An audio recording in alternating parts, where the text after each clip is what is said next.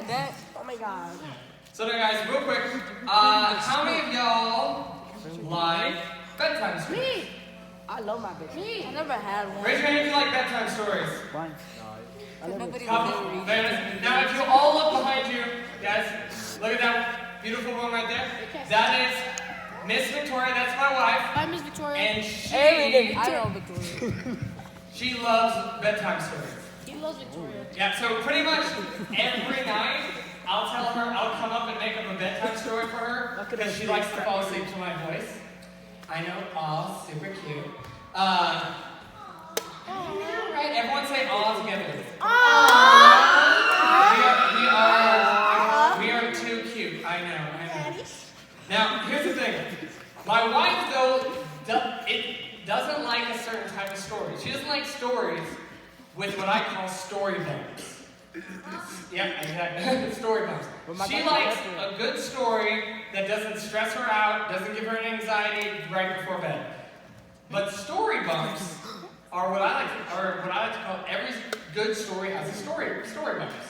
Now, to give y'all some kind of let you know what a story bump is, I'm going to tell you something, okay?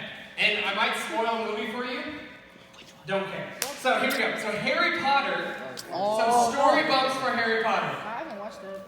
His parents Died. dead. Obviously. They're dead. He's an orphan.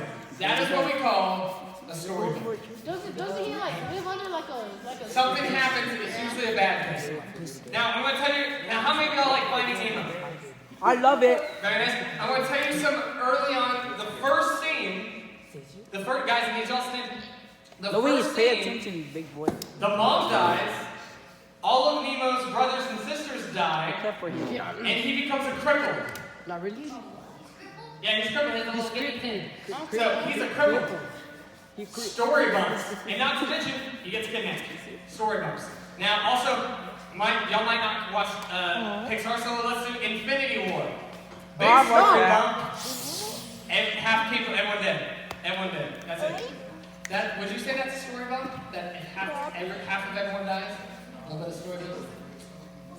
I know. Exactly. So now here's the thing, guys. How your stories of your life and everything probably has some story bumps. You in your life probably raise your hand. Don't say anything, but raise your hand if you think you have some story bumps in your life. Most of y'all have perfect lives, okay? Oh no, I don't actually. And you got some story bumps? Okay, I'm going to tell you some story bumps. Like for me, a couple of my story bumps was I went through depression and I was addicted and I had addictions. What kind of addiction? That's a different story. like drugs. That's a different story. So I had addictions. That's a story bump. Now here's another story bump some of y'all might be going through. Okay, Chloe, I'm going to ask you to put away your phone. Thank you. Yeah, and probably stop writing on her. You give her a tattoo later. Okay. Very nice. She cut you off guard. Okay, guys. But here's the story bump, guys. Okay. You might have had a story bump in your life where someone you love died. Some of y'all have people, whether it's your grandparents or someone that had a sad early death and all that stuff. Story bumps, right? Now, some of you might have also had other story bumps. Some of you might. Sorry, my name. Turn off the. This has my notes. Some of y'all might have a different story problem. Maybe your family has financial issues. You might not be the richest. You might be struggling. Your parents might not have been able to actually buy y'all Christmas gifts or something. Financial problems. That is a big story bump.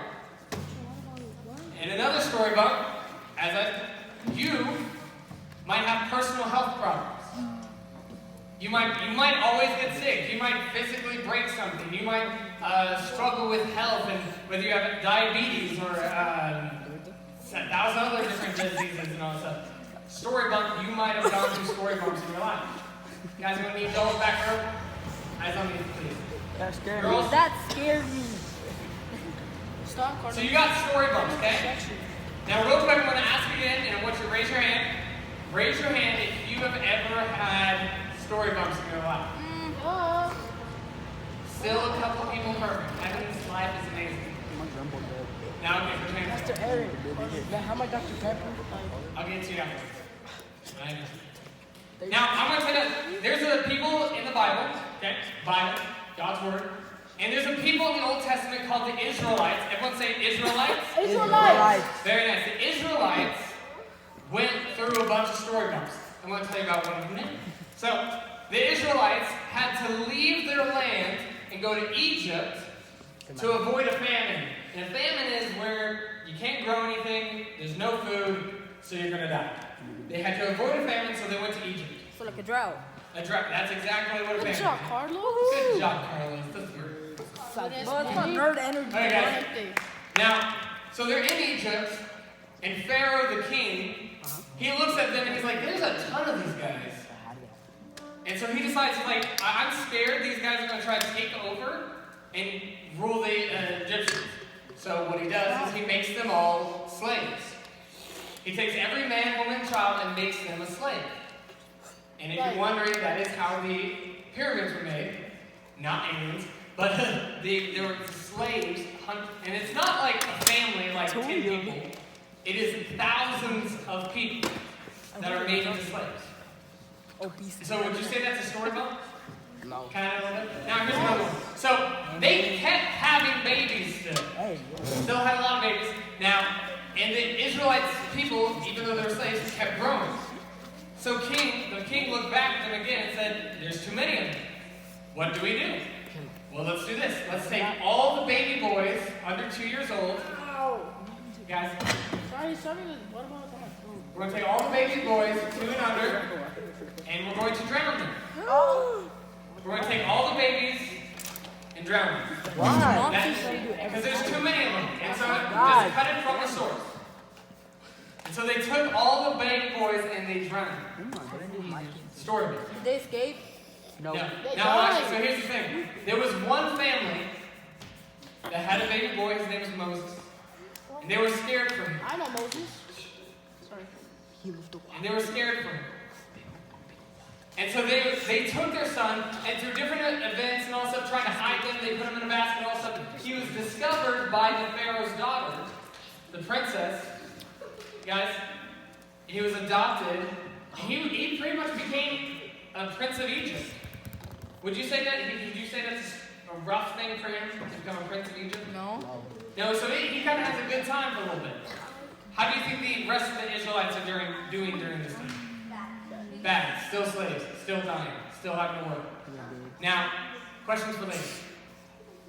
Now, their people are hurting and dying, and at one point, Moses realizes, I'm an Israelite too. He realizes that these are my people.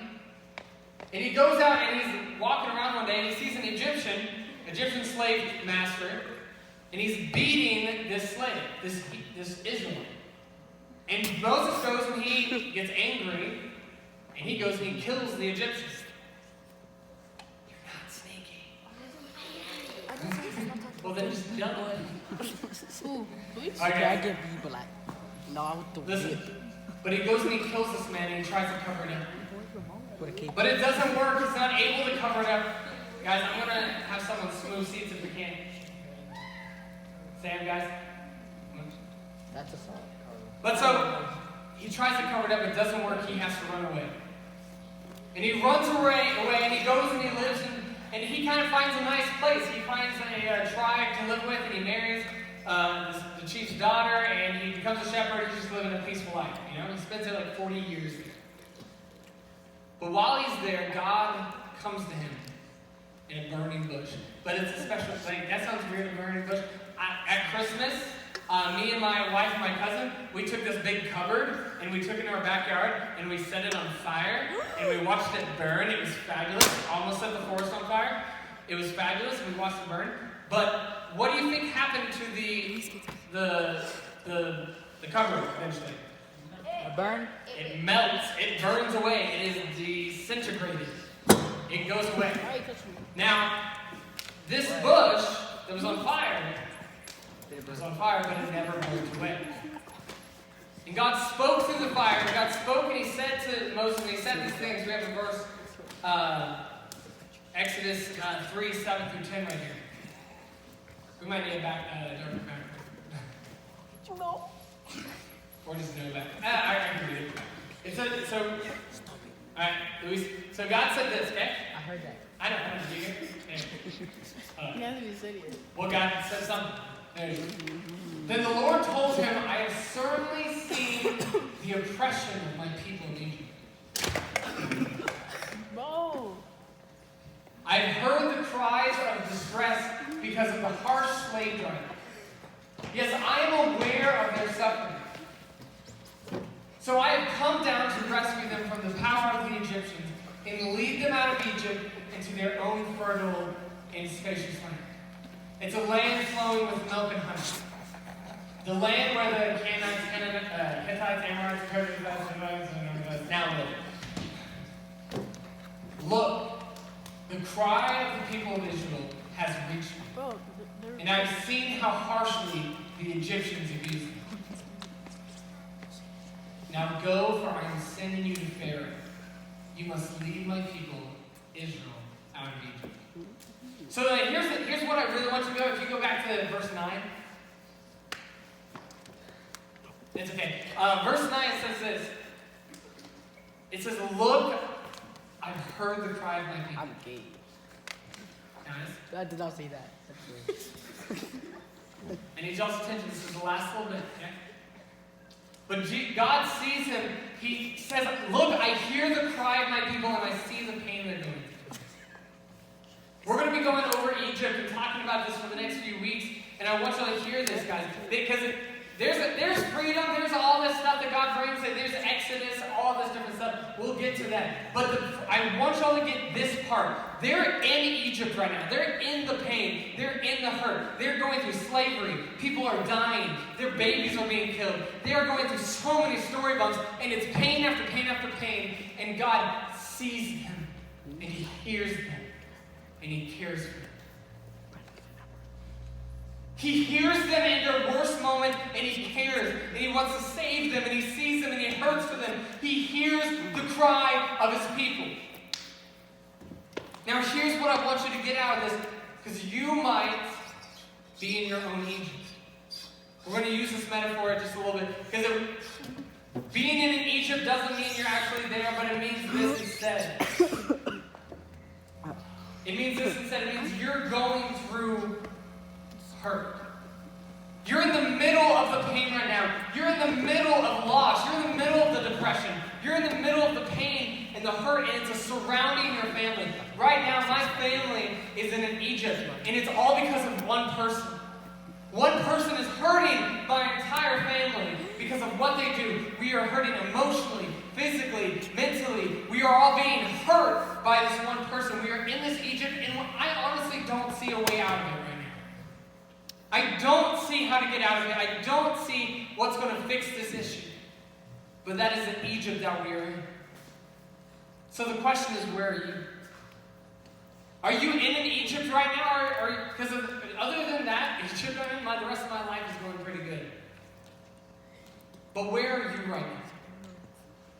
Are you in an Egypt right now? Is your family in an Egypt right now? Are y'all feeling the hurt? Have you had thoughts of suicide? Have you gone through depression? Have you lost someone because of COVID? Have you physically been hurting and going through pain that no one knows about and you're hiding? Have you been cutting? Have you been losing someone? Have you been hurting? Are you in Egypt right now? Are you in those moments? And the reality is you might not be right now. But the reality is that we're always around the corner. There's always hurt. There's always going to be pain. Your life, there's going to be pain after pain after pain after pain. This is a great encouraging message, I know. But there's going to be hurt in your life. But here's what I want you to hear from this. God sees you in your Egypt. He sees you when you're alone and you're crying. He sees you in your worst moment. He hears your cry and He loves you. And He hurts for you. And He doesn't want to leave you there. But before the freedom comes, before the Exodus, before the salvation, before all that, I want you to understand that God is with you right now. You might be hurting. Your family might be hurting. You might be struggling. But God sees you and He hears you. When you cry and you say, God, why is this happening? God, why is this pain? God, why did that person do this? God, why did they hurt me like that? God, why am I hurting? Why is there so much pain? God hears you and He sees you. And He wants you to know that you're loved. Why are you so close? He hears your cry. Now the best part is God's not going to leave you alone. God's very patient. Because God sees you and He wants you to know you're not alone. Tonight I'm not preaching a salvation message tonight. I'm not preaching that God can save everything. That comes later. But I really want you to hear this, that you are not alone. If you're in Egypt right now, if you're going through the pain, you're not alone. If you've gone through the pain, if you know Egypt is ahead of you, if you know there's pain, God will be with you through that. God sees you and He hears your cry. You are not alone. Now also tonight, if you are struggling, if you are hurting with something, if you've gone through thoughts of suicide, if you've looked in the mirror and you've hated what you've seen, if you're right now in Egypt or whatever it is, if you need someone to talk to Pastor, talk to me, talk to Miss Victoria. There are sponsors here to surround you and let you know that you're not alone. Quote by Pastor. Right here. Now, so guys, Oh, sorry. Stop, Carlos. I thought it was the right one. it's okay. Know you're not alone. And know that God is with you. So we're going to pray real quick. We're going to... Can I do the prayer? So, Actually, no, never mind. I can't read it. loosen you guys, loosen you. We're going to pray real quick, and then after that you can go be ridiculous. But we're going to pray, and I want y'all to hear it. I want y'all to know this. Just know that God sees you where you are right now. Amen. And you're not alone. Bow your heads, close your eyes. Dear God, I thank you for these teens. I thank you for everything that they are. God, I thank you for their best parts and the stuff they're still working. God, I thank you for the love that you've shown them and that you see them. And you've seen me. God, every story bump that I've gone through, every hurt, every pain, every moment of doubt, you've been there with me. God, thank you. And I pray for these teens. I pray that you work in their life. Let them experience and know you. God, let these students know that if they're in Egypt right now, if they're in the pain, if they're in the hurt, that they are not alone. If they're struggling with addiction, if they're struggling with pain, they are not alone. God, work in their lives and move within them. God, we want you to work in their lives. We want them to experience you and encounter you. So we ask that you move, ask that you be with